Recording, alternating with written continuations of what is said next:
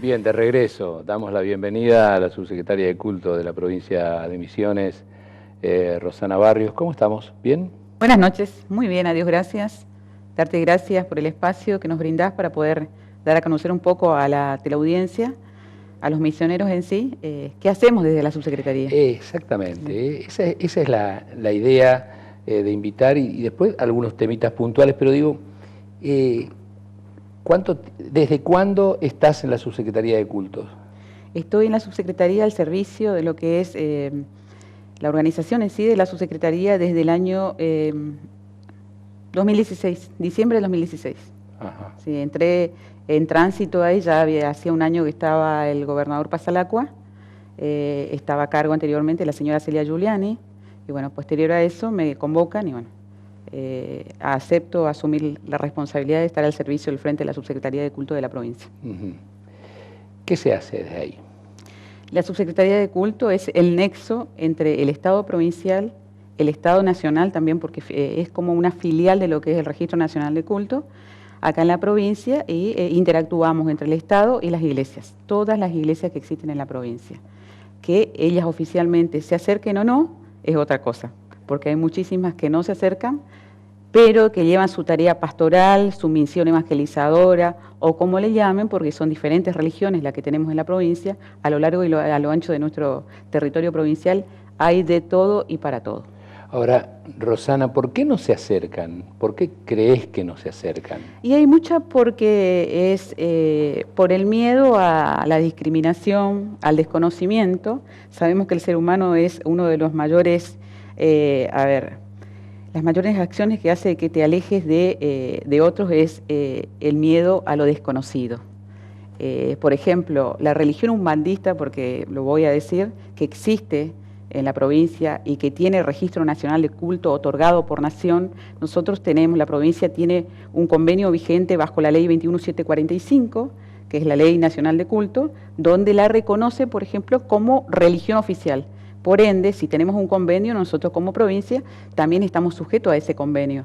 Y si ellos se acercan para legalizar su situación y decir, en tal barrio, de tal municipio, en tal colonia o en tal ciudad estamos, nosotros debemos inscribirle y es Buenos Aires el que decide si se otorga o no el registro nacional. Pero, por ejemplo, hay así mitos o cuestiones, leyendas urbanas que hacen de que las mismas personas que profesan esa confesión de fe no se acerquen porque piensan de que no se le va a otorgar el registro nacional de culto.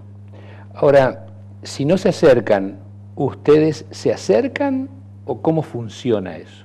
Sí, sí, hay la posibilidad, sí, porque muchas veces nos enteramos a través de denuncias que existen, de denuncias. Entonces, bueno, a través de eso, bueno, uno trata de acercarse para tratar de nuevamente retomar lo que es la convivencia social y comunitaria, y bueno, entonces uno va conociendo, redescubriendo en el encuentro, en salir al encuentro con otros, ¿no? Y ahí, bueno, te dicen, en este caso estaba hablando del umbandismo, también existe el quimbandismo, las asambleas de Dios, que son muchísimas en la provincia, que es la segunda confesión cristiana con mayor presencia en la provincia de Misiones, y bueno, así que hay de todo. Estamos hablando de esto entre el cristianismo y en este caso el umbandismo, que son dos religiones distintas, diferentes. Sí, porque muchos piensan que, inclusive te dicen, ¿vos sos católica? Sí, y dice, ¿y los cristianos quiénes son? Y siempre digo, ¿no? Una palabra así como los partidos políticos se suelen decir, nadie tiene el cristonómetro. Nosotros somos cristianos, cristocéntricos, en todo caso, y me refiero a la Iglesia Católica, porque el pueblo cristiano evangélico muchas veces dice, nosotros somos la verdadera Iglesia y somos cristianos. Bueno, quiero también aclarar que el catolicismo, que es una confesión dentro del cristianismo, es cristiana. Porque ahora queda en la duda ahí, porque dice el pueblo cristiano evangélico, como que la Iglesia Católica es apostólica, o sea, se basa solo en los apóstoles, pero no, la cabeza es Cristo. Ahora vos, como una católica practicante fuerte, digamos, no te encontrás a veces desde ese lugar, desde la subsecretaría de culto, ante toda esta apertura que se hace desde esa subsecretaría, medio casi como entre la espada y la pared, ¿también hay algún reproche desde el catolicismo con respecto a estas cuestiones? A Dios gracias, la iglesia me fue preparando durante años, creo que para el que no conoce, vos me conocés desde que soy chica. Estudié, aparte de mi carrera de grado 1, que es la de ingeniería, soy licenciado en teología pastoral. A la iglesia prepararme como licenciado de teología pastoral justamente significa pastoreo, a conocer y reconocer en el otro que si el Dios en quien creemos es tan grande y permite que otros existan, ¿quiénes somos nosotros para discutir la grandeza de nuestro Señor? Si los otros existen y no profesan nuestra misma confesión, pero permiten, la grandeza de nuestro Dios es el que permite también que ellos existan. Así que dentro de eso me basé, muchas veces me tildaron de tercermundista dentro de la Iglesia Católica, me suelen hacer bromas como ahí viene la pastora, he ocupado varios lugares del proceso, dentro de lo que es el proceso pastoral en la Iglesia Católica, y bueno, por asamblea, por votos, por todo el proceso que se da democrático dentro de lo que se vive en una comunidad de fe. Obviamente que por ahí existen rispideces, pero eso, una vez de que haya causas que nos unan y que podamos trabajar en conjunto y militarlas en conjunto, porque muchos piensan que la palabra militancia es solo para los partidos políticos, no, proviene inclusive de épocas mucho más anteriores a los que son los partidos políticos. Las milicias, por ejemplo, de la Iglesia Católica. Tal cual. Para aclarar, justamente yo provengo de una congregación que fue en su momento, que fue fundada a través de la conversión de un santo que es San Ignacio de Loyola, militar, retirado, converso a la fe del Señor. Entonces, a través de esto, ¿no? Empezar a ver los puntos de encuentro que tenemos en común y poder trabajar para el bien común mayor, que es la construcción de una sociedad justa, inclusiva, y que esa sociedad justa e inclusiva dé a las personas una promoción integral que incluya todo, la persona, alma, cuerpo, espíritu, que eso es lo que busca la Iglesia. Y lo importante en vos también que a su vez sos o fuiste y seguís siendo militante política también. Sí, siempre llevé de la mano. Nunca se contrapusieron esas cuestiones. No. A Dios gracias, aprendí esto de tener el oído del pueblo, y un oído en el pueblo y el otro en el Evangelio. Bueno, lo aprendí bien, aprendí a caminar con mucha ayuda, con mucha oración, con mucha gente. Obviamente que esto trae sus encuentros y sus desencuentros dentro de la Iglesia, porque hablan de la incoherencia, pero tenemos que tener en cuenta que los bautizados a quienes nosotros asistimos y que son parte de nuestras comunidades también son los ciudadanos, que son los que van a transformar la realidad de la sociedad en que vivimos. Y que políticamente el día de mañana, si en las comunidades no formamos cuadros políticos, militantes, con valores, entonces ¿qué pedimos cuando en las listas se ponen personas y después le echamos la culpa si nuestras iglesias tienen un techo formativo que no da al mundo personas capaces de transformar la realidad desde sus convicciones? Es para pensarlo. Para pensarlo. Sí. Ahora, en este sinnúmero de religiones y de iglesias... ¿Te puedo decir el número que hay en la provincia? Sí, ¿cuántos? Más de 3.217 iglesias. Hay más que hospitales, más que escuelas, más que comisarías, más que cualquier otra organización, existe la iglesia. ¿Y lo ves como positivo eso? Sí. ¿Sí? La libertad religiosa me parece que es importante. Obviamente que existe, tienen sus metodologías orgánicas en el sentido de que distintas a las iglesias ya tradicionales que son orgánicas, bien instituidas, con una tradición ya inclusive milenaria venida de otros, en este caso otros continentes, dígase la Iglesia Católica, el luterantismo y otras iglesias que tienen millares de años, el hinduismo. Bueno, está hoy muy en auge lo que es el pueblo cristiano evangélico, que pasa a veces de que trabajan muy bien y están presentes. Ustedes verán que agarran cualquiera de las rutas de misiones y vas viendo cada 10, 20 casitas un templo. Sí. En realidad de toda la religión cristiana, pero en este caso en particular la cristiana evangélica, dígase pentecostal, adventista, bautista, mormona, porque todo eso entra en el arco de lo que es el pueblo cristiano evangélico. Y muchas otras más que por ahí tengo que nombrarte, pero son muchísimas. Lo que hacemos es, ellos mismos tratan de poder trabajar en conjunto, pero al menor disenso, sabrás que, bueno, para obtener el Registro Nacional de Culto también a la vez, y para tener una personería y presencia legal, necesitan una personería jurídica. Entonces, a veces suele pasar que los pastores se separan, uno queda con el Registro Nacional de Culto y otro con la personería jurídica. Entonces, uno congregará, vamos a hacer números así, 5.000 y el otro se queda con 150, y bueno, el día de mañana tramita su registro nacional de culto con todos los papeles necesarios y los pasos necesarios que pide Nación, que tienen que ser cumplimentados para obtener el registro nacional de culto, y obtienen un número nuevo de registro nacional de culto. Por eso hablamos de también la diversidad que hay, que muchas veces en cuestiones de fondo y de base son las mismas, porque se subdividen. Cosa que no pasa con iglesias tradicionales, claro, como explicaba la católica, apostólica romana, rito bizantino, ortodoxo, el luterantismo, que acá tenés la IELA y la IELU, Iglesia Evangélica Luterana Unida, Iglesia Evangélica Luterana Argentina, que está dentro de lo que es, al menos acá, en el paraguas de lo que es la Argentina en sí. Pero tenés variante, te puedo hablar justamente de más de 3.217 iglesias, porque dentro de esa tenés más de 1.300 matrices y de esas se desprenden filiales, anexos, que verás en todo. Hay dos o cuatro casitas y ahí tenés es ir mirando la ruta misionera. El que conoce las profundidades, o sea, las misiones profundas, sabe que es así. Colonia, Colonia, después tenés en Las Picadas, en los lugares más inhóspitos de la provincia hay una iglesia. Ahora, llegan con tractor, con caballo, con lo que sea, pero llegan. Ahora, yo quiero quizás meter un dedito en la llaga ahí, porque hace poco con alguien de Monte Carlo, que lo conoces también, con Rubén Ortiz, hablábamos y analizaba Rubén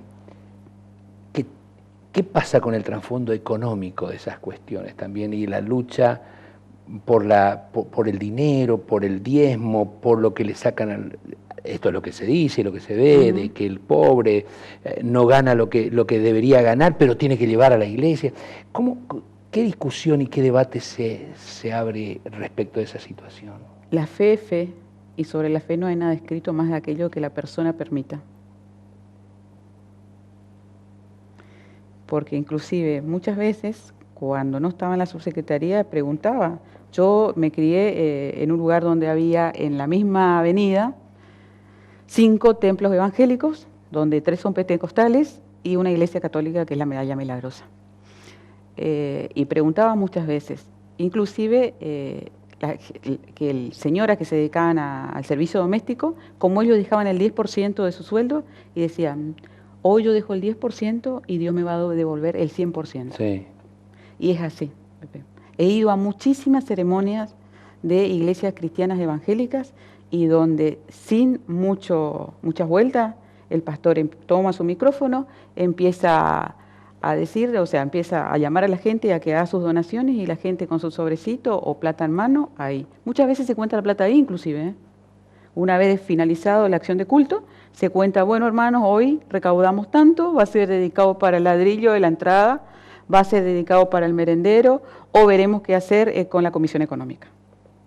Por eso, la fe es algo que te atraviesa y que ninguna psicología inclusive puede vincularla a tratar de hacerla entender de que, porque inclusive, y voy a decirlo, y esto los pastores saben, porque yo siempre les hablo y les digo, a ver cuándo me regalan una camioneta, porque dicen de que, hay gente que dice que los pastores viven de la fe, y que también inclusive a los sacerdotes les regalan camionetas, les regalan combustible, y a veces no es así, y de ser así muchas veces la gente está de acuerdo de que los pastores para que lleguen a sus comunidades se le tienen que regalar un tractor o trabajar para conseguir un tractor y que vaya a la colonia, lo hacen. Lo hacen. Por último. Pero también hay que aclarar esto, ¿no? Y también lo digo como parte del Estado y me hago cargo de lo que digo, que muchas iglesias son el placebo de lo que no hacemos como Estado. Y no me refiero a una gestión política. Me refiero a cuestiones estructurales de Estado. Bueno, pero el Estado somos todos en realidad. Claro, pero de muchos años. Y donde la gestión de turno trata de llegar lo más cercano posible desde las acciones que pone en práctica, en este caso desde la subsecretaría, porque a mí cuando me convocaron para el servicio de la subsecretaría me dijeron, convoca a todos y salí al encuentro de todos y que todos se sientan incluidos. Y eso es lo que he hecho. Vos habrás visto que la subsecretaría de culto en estos años tomó una dimensión distinta. Yo antes servía en lo que es el MED, Movimiento Ecuménico de Derechos Humanos, y miraba a la estructura de la subsecretaría desde otra óptica. Y bueno, y trataba el día que me llamaron para este servicio, dije, bueno, voy a tratar de hacer todo aquello que yo observaba desde afuera, que no se podía hacer. ¿Lograste? Sí, logramos. Nunca el trabajo es individual. Totalmente. Nunca. Inclusive hay un día del diálogo interreligioso, que es el 7 de diciembre. Hay un día de reconocimiento al pueblo cristiano evangélico, que es el 31 de octubre, por ley. Tienen el mismo feriado, así como nosotros los católicos tenemos el día de la Inmaculada Concepción. También el pueblo cristiano evangélico, como inclusión de política de Estado desde la provincia, se le reconocieron varios espacios y varias fechas significativas. En el año de la Reforma, cuando fueron los 500 años de la Reforma, se instituyó que el 31 de octubre, en honor a la Reforma, se reconocía al pueblo cristiano evangélico un día feriado para que ellos tengan su día de retiro espiritual. Ellos pueden organizar, ya sea lectura de la palabra. La cuestión es que tienen un día para ellos reflexionar con la metodología que ellos prefieran, como nosotros también los católicos lo tenemos con lo que es nuestra Madre María, que para mí es la Madre de Jesús, y bueno, y la venero como tal, la venero, porque muchos dicen de que nosotros, los católicos en este caso, adoran, y no es venerar, es recordar, no es adorar. Tal cual. Podríamos seguir muchas horas más hablando. Si te estoy hablando de 3.217 iglesias como mínimo. Pero un temita puntual que ocurrió en mi comunidad. Monte Carlo. Ha habido una denuncia de una vecina que no tenía tranquilidad, de que no podía descansar, porque al lado había un templo, o existe un templo, que, bueno, en sus ceremonias no le permitían y que eran a muy alta voz. ¿Qué se hace y cómo participa y qué cartas en el asunto toma la Subsecretaría de Cultos al respecto? Cuando se provincializa la problemática que debe resolver el municipio, porque debe existir, si es que no existe, acá en Posada, por ejemplo, existe ruidos molestos, que está a cargo del municipio. Tienen que ir los inspectores de ruidos molestos y verificar si tiene la acústica suficiente como para no provocar esos ruidos. Eso es municipal. Nosotros no tenemos poder de policía. Y una vez de que incumplan con eso, pasa de que, o que el municipio no pueda manejarlo, pasa la denuncia o el conocimiento, hacer conocer a la Subsecretaría de Culto a nivel provincial estas problemáticas. Pero está en manos del municipio en primera instancia. Pero acá me parece que se hizo al revés, ¿no? Acá se hizo al revés, sí.